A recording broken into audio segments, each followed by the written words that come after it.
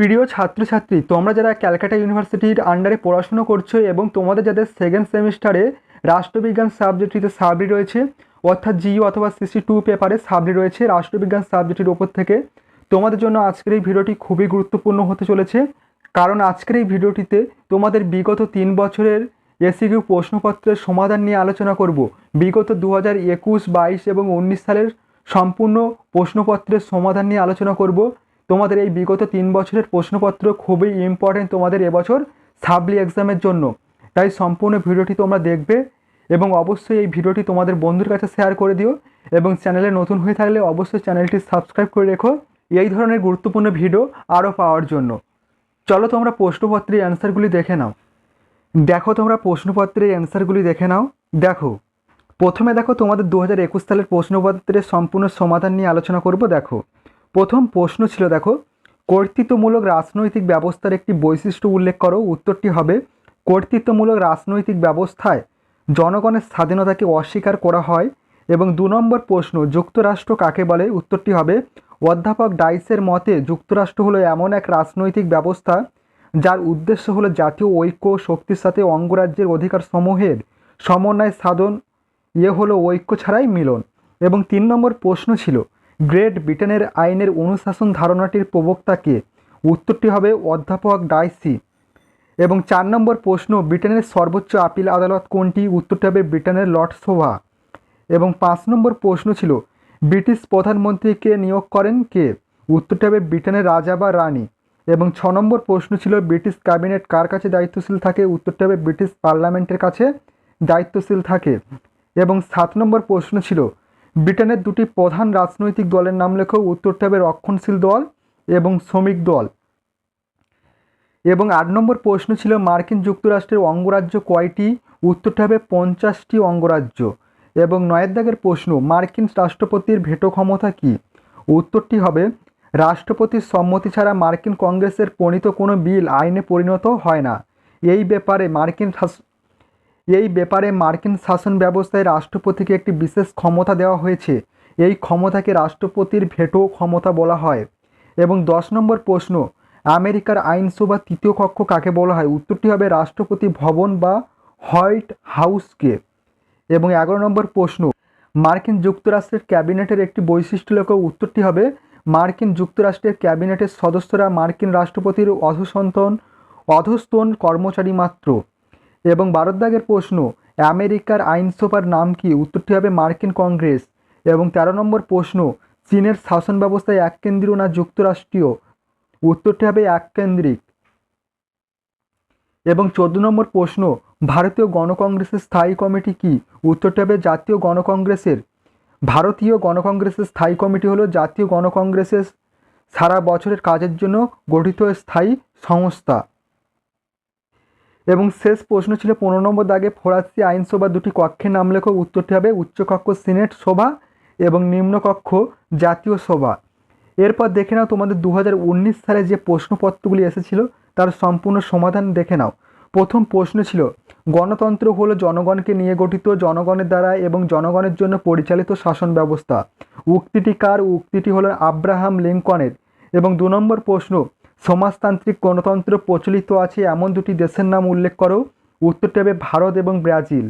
এবং 3 নম্বর প্রশ্ন, পার্লামেন্ট সম্পর্কিত একটি রীতিনীতি উল্লেখ করো। উত্তরটি হবে পার্লামেন্টীয় শাসন ব্যবস্থায় সংসদের প্রধান হিসেবে প্রধানমন্ত্রী হলেন দেশের প্রকৃত শাসক। এবং 4 নম্বর প্রশ্ন ছিল, ব্রিটিশ শাসন ব্যবস্থা এককেন্দ্রিক না যুক্তরাষ্ট্রীয়? উত্তরটি হবে এককেন্দ্রিক, কারণ এখানে একটি মাত্র কেন্দ্রীয় সরকার আছে। এবং 5 নম্বর প্রশ্ন, ব্রিটিশ লর্ডসভায় সভাপতিত্ব করেন কে? উত্তরটি হবে লর্ড চ্যান্সেলর। এবং 6 দাগের প্রশ্ন, ব্রিটেনের প্রকৃত শাসক কে? উত্তরটি হবে ব্রিটেনের প্রকৃত শাসক হলেন ব্রিটিশ প্রধানমন্ত্রী। এবং 7 নম্বর প্রশ্ন ছিল, ব্রিটেনের মন্ত্রিসভার সদস্যদের নিযুক্ত করেন কে? উত্তরটি হবে ব্রিটেনের রাজা বা রানী। এবং 8 নম্বর প্রশ্ন, মার্কিন যুক্তরাষ্ট্রীয় ব্যবস্থার একটি বৈশিষ্ট্য লেখো। উত্তরটি হবে এখানে দ্বিনাগরিক তত্ত্ব আছে। এবং 9 নম্বর প্রশ্ন, মার্কিন নাগরিকদের মৌলিক অধিকার সংরক্ষক কে? উত্তরটি হবে মার্কিন সুপ্রিম কোর্ট। এবং 10 নম্বর প্রশ্ন ছিল, মার্কিন যুক্তরাষ্ট্রের দলীয় ব্যবস্থার যে কোনো একটি বৈশিষ্ট্য লেখো। উত্তরটি দেখো, উত্তরটি হবে মার্কিন যুক্তরাষ্ট্রের প্রধানত দুটি দলের অস্তিত্ব পরিলক্ষিত হয়, গণতান্ত্রিক দল এবং সাধারণতন্ত্রী দল। এবং 11 নম্বর প্রশ্ন, চীনের বর্তমান সংবিধানটি কত সালে লিখিত হয়? উত্তরটি হবে চীনের বর্তমান সংবিধানটি 1982 সালে লিখিত হয়। এবং 12 নম্বর প্রশ্ন ছিল, গণপ্রজাতন্ত্রী চীনের রাষ্ট্রীয় ক্ষমতার সর্বোচ্চ সংস্থা কি? উত্তরটি হবে জাতীয় গণকংগ্রেসের স্থায়ী কমিটি। এবং 13 নম্বর প্রশ্ন ছিল, চীনের রাষ্ট্রীয় পরিষদের সভা আহ্বান ও পরিচালনা করেন কে? উত্তরটি হবে চীনের প্রধানমন্ত্রী। এবং 14 নম্বর প্রশ্ন ছিল, ফ্রান্সের পঞ্চম প্রজাতন্ত্রের সংবিধানের একটি বৈশিষ্ট্য লেখো। উত্তরটি হবে ফ্রান্সের পঞ্চম প্রজাতন্ত্রের সংবিধান লিখিত এবং দুষ্পরিবর্তনীয়। এবং 15 নম্বর প্রশ্ন ছিল, বাংলাদেশের সংবিধানের যে কোনো একটি বৈশিষ্ট্য উল্লেখ করো। উত্তরটি হবে বাংলাদেশের সংবিধান হলো লিখিত সংবিধান। তোমরা কিন্তু অবশ্যই এই প্রশ্নপত্রের উত্তরগুলি খাতায় নোট ডাউন করে নিও এবং ভালোভাবে প্র্যাকটিস করো। এখান থেকে বহু প্রশ্ন তোমাদের সাপ্লি পরীক্ষায় তোমরা কমন পেয়ে যাবে এবং তোমরা উপকৃত হবে। পরবর্তী ইয়ারের কোশ্চেন দেখো। পরবর্তী ইয়ার ছিল 2022 সালের প্রশ্নপত্রগুলি তোমরা দেখে নাও। দেখো, প্রথম প্রশ্ন হয়েছিল 2022 সালে, উদারনৈতিক গণতান্ত্রিক রাজনৈতিক ব্যবস্থার একটি বৈশিষ্ট্য লেখো। উত্তরটি হবে 1, বহুদলীয় ব্যবস্থা এবং গণমাধ্যমের স্বাধীনতা।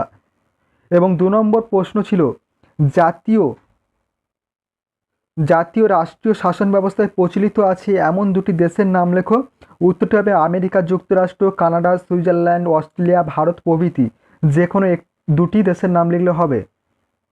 দেখো, পরবর্তী 3 নম্বর প্রশ্ন ছিল, ব্রিটিশ রাজতন্ত্রের সঙ্গে সম্পর্কিত একটি রীতিনীতি উল্লেখ করো। উত্তরটি হবে রাজা বা রানী মন্ত্রী পরিষদের সদস্যদের নিয়োগ করবেন প্রধানমন্ত্রীর পরামর্শ অনুসারে।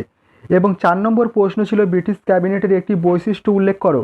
উত্তরটি হবে ব্রিটিশ ক্যাবিনেটেই কেবলমাত্র রাজা বা রানীর শাসন সংক্রান্ত বিষয়ে পরামর্শ প্রদান করতে পারে।